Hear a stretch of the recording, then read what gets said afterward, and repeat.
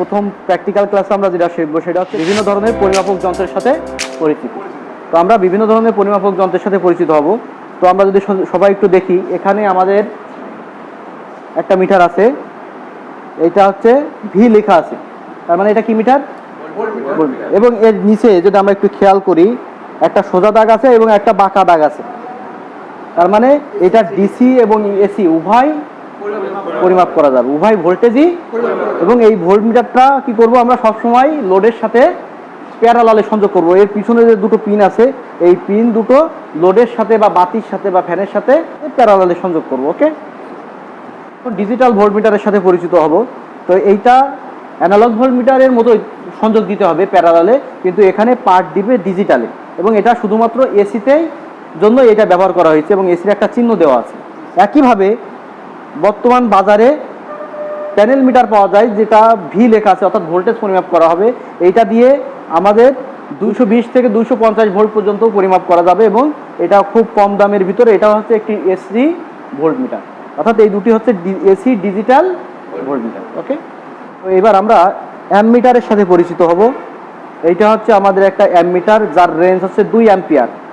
এইটা দিয়ে হচ্ছে কারেন্ট পরিমাপ করতে হয়, এবং এইটার নিচে একটা সোজা দাগ এবং একটা বাঁকা দাগ আছে, অর্থাৎ এইটা দিয়ে এসি এবং ডিসি উভয় কারেন্টই পরিমাপ করা হয়। এবং এর পিছনেও আমাদের দুইটি পিন আছে, বুঝা গেছে? এইটাকে অ্যামমিটারকে সবসময় লোডের সাথে কিভাবে সংযোগ দিতে হয়? সিরিজে সংযোগ দিতে হয়। তাহলে আমরা এটা একটু রাখি। এরপর আমরা আরেকটা অ্যামমিটার দেখছি। এই অ্যামমিটারটা নিচে একটা সোজা দাগ আছে, এইটা দিয়ে শুধুমাত্র ডিসি কারেন্ট পরিমাপ করা হবে, এসি কারেন্ট পরিমাপ করা যাবে না। এবং এখন আমরা ওয়াটমিটারের সাথে পরিচিত হব। এইটা হচ্ছে বৈদ্যুতিক পাওয়ার পরিমাপের জন্য ওয়াটমিটার ব্যবহার করা হয়, এবং এটা ডিজিটাল ওয়াটমিটার, অর্থাৎ যে মিটারগুলোর উপরে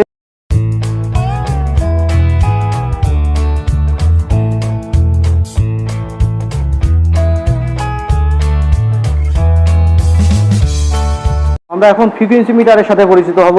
যে মিটারে HZ লেখা থাকে, এই মিটারটাকে আমরা বলবো ফ্রিকোয়েন্সি মিটার। এখানে দুটো পিন থাকবে, এটাকে লাইনের সাথে প্যারালালে সংযোগ দিতে হয়। আমরা এখন এনার্জি মিটারের সাথে পরিচিত হব। আমাদের বাসা বাড়িতে যে মিটারগুলো থাকে, এই ধরনের মিটারটাকে বলা হয় এনার্জি মিটার, এবং এইটা ডিজিটাল, যা সংখ্যার সাহায্যে পাঠ দেয়। আর এইটা হলো অ্যানালগ, যেটা কাটার সাহায্যে, বা এটা এর ভিতরে মেকানিজম আছে যেটাও সংখ্যার সাহায্যে পাঠ দেয়, কিন্তু এর মধ্যে কাটা আছে। এইটা হচ্ছে আমরা বলি অ্যানালগ। তাহলে এই দুটো মিটারই হচ্ছে আমাদের এনার্জি মিটার। আর এই এনার্জি মিটার দিয়ে বাসাবাড়ির বৈদ্যুতিক এনার্জি, ব্যয়িত বৈদ্যুতিক এনার্জি পরিমাপ করা হয়। আমরা টেকোমিটারের সাথে পরিচিত হব। এটা হচ্ছে অ্যানালগ টেকোমিটার, আরপিএম লেখা থাকলে এটা হচ্ছে টেকোমিটার, আরপিএম মিটার। আর এটা হচ্ছে আমাদের আরপিএম মিটার। এইটা দিয়ে আমাদের কোনো মোটরের বা কোনো ঘূর্ণনশীল বস্তুর কত স্পিডে ঘুরছে, মিনিটে কতবার ঘুরছে, আরপিএম হচ্ছে রেভলিউশন পার মিনিট, অর্থাৎ মিনিটে কতবার ঘুরছে সেটা পরিমাপ করা যায়। এই দুটো হচ্ছে আরপিএম, এটা অ্যানালগ, আর এই মিটারটি হচ্ছে ডিজিটাল। পরিচিত হব ক্লিপ অন মিটার। এই মিটার দিয়ে আমরা কারেন্ট পরিমাপ করতে পারি লাইন ব্রেক করা ছাড়াই, অর্থাৎ কেবল কাটা ছাড়াই আমরা এই মিটার দিয়ে আমরা কি করতে পারি? কারেন্ট পরিমাপ করতে পারি। কিন্তু বর্তমান ডিজিটাল যে ক্লিপ অন মিটারগুলো আছে, এটা দিয়ে ভোল্টেজ পরিমাপ করা যায়, AC voltage, DC voltage, diode পরিমাপ করা যায়, কন্টিনিউটি টেস্ট করা যায়, এবং কারেন্টের উপস্থিতি নির্ণয় করা যায়। এটা হচ্ছে ক্লিপ অন মিটার।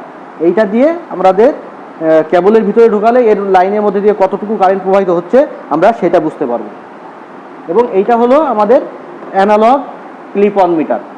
এটা কাটার সাহায্যে, আমাদের এখানে কাটা আছে, কাটার সাহায্যে আমাদের পার্টটা দিবে।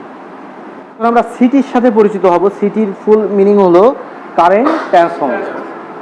এটা হচ্ছে কারেন্ট ট্রান্সফর্মার। এইটা হচ্ছে আমাদের 1:5 রেশিও হচ্ছে 1:5, অর্থাৎ এই লাইন দিয়ে যদি 5 অ্যাম্পিয়ার কারেন্ট যায়, তাহলে আমার মিটারে 1 অ্যাম্পিয়ার কারেন্ট শো করবে।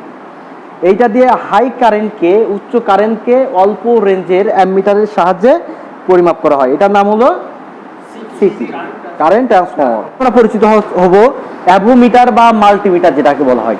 তো এইটা হচ্ছে আমাদের অ্যাভোমিটার বা মাল্টিমিটার।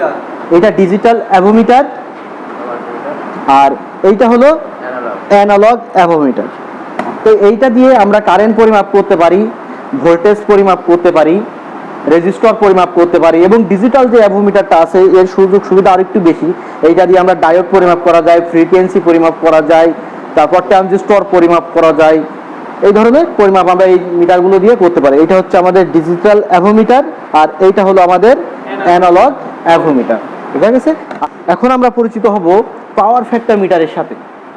পাওয়ার ফ্যাক্টর হচ্ছে ভোল্টেজ এবং কারেন্টের মধ্যবর্তী যে কৌণিক ব্যবধানের কোসাইন মান, সেটা হচ্ছে পাওয়ার ফ্যাক্টর।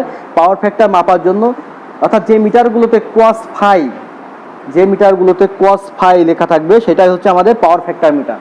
পাওয়ার ফ্যাক্টর মিটারের কাঁটা সবসময় একের সাথে থাকবে বা একের দিকে থাকবে, এটা হচ্ছে ইউনিটি পাওয়ার ফ্যাক্টর। আর যদি একের থেকে হয় কম দিকে, সবসময় কমই হবে, একের বেশি কখনো পাওয়ার ফ্যাক্টর হবে না। যদি ইন্ডাকটিভ লোড হয় তাহলে ল্যাগিং হবে, আর যদি ক্যাপাসিটিভ লোড হয় তাহলে পাওয়ার ফ্যাক্টরটা লিডিং হবে। তাহলে এটা হলো single phase power factor meter আমাদের। আর এইটা যদি আমরা দেখি তাহলে এইটা হচ্ছে আমাদের 3 ফেজ পাওয়ার ফ্যাক্টর মিটার, যার পিছন দিকে আমাদের ডায়াগ্রাম আছে এবং এখানে মোট 4টি পিন দেওয়া আছে।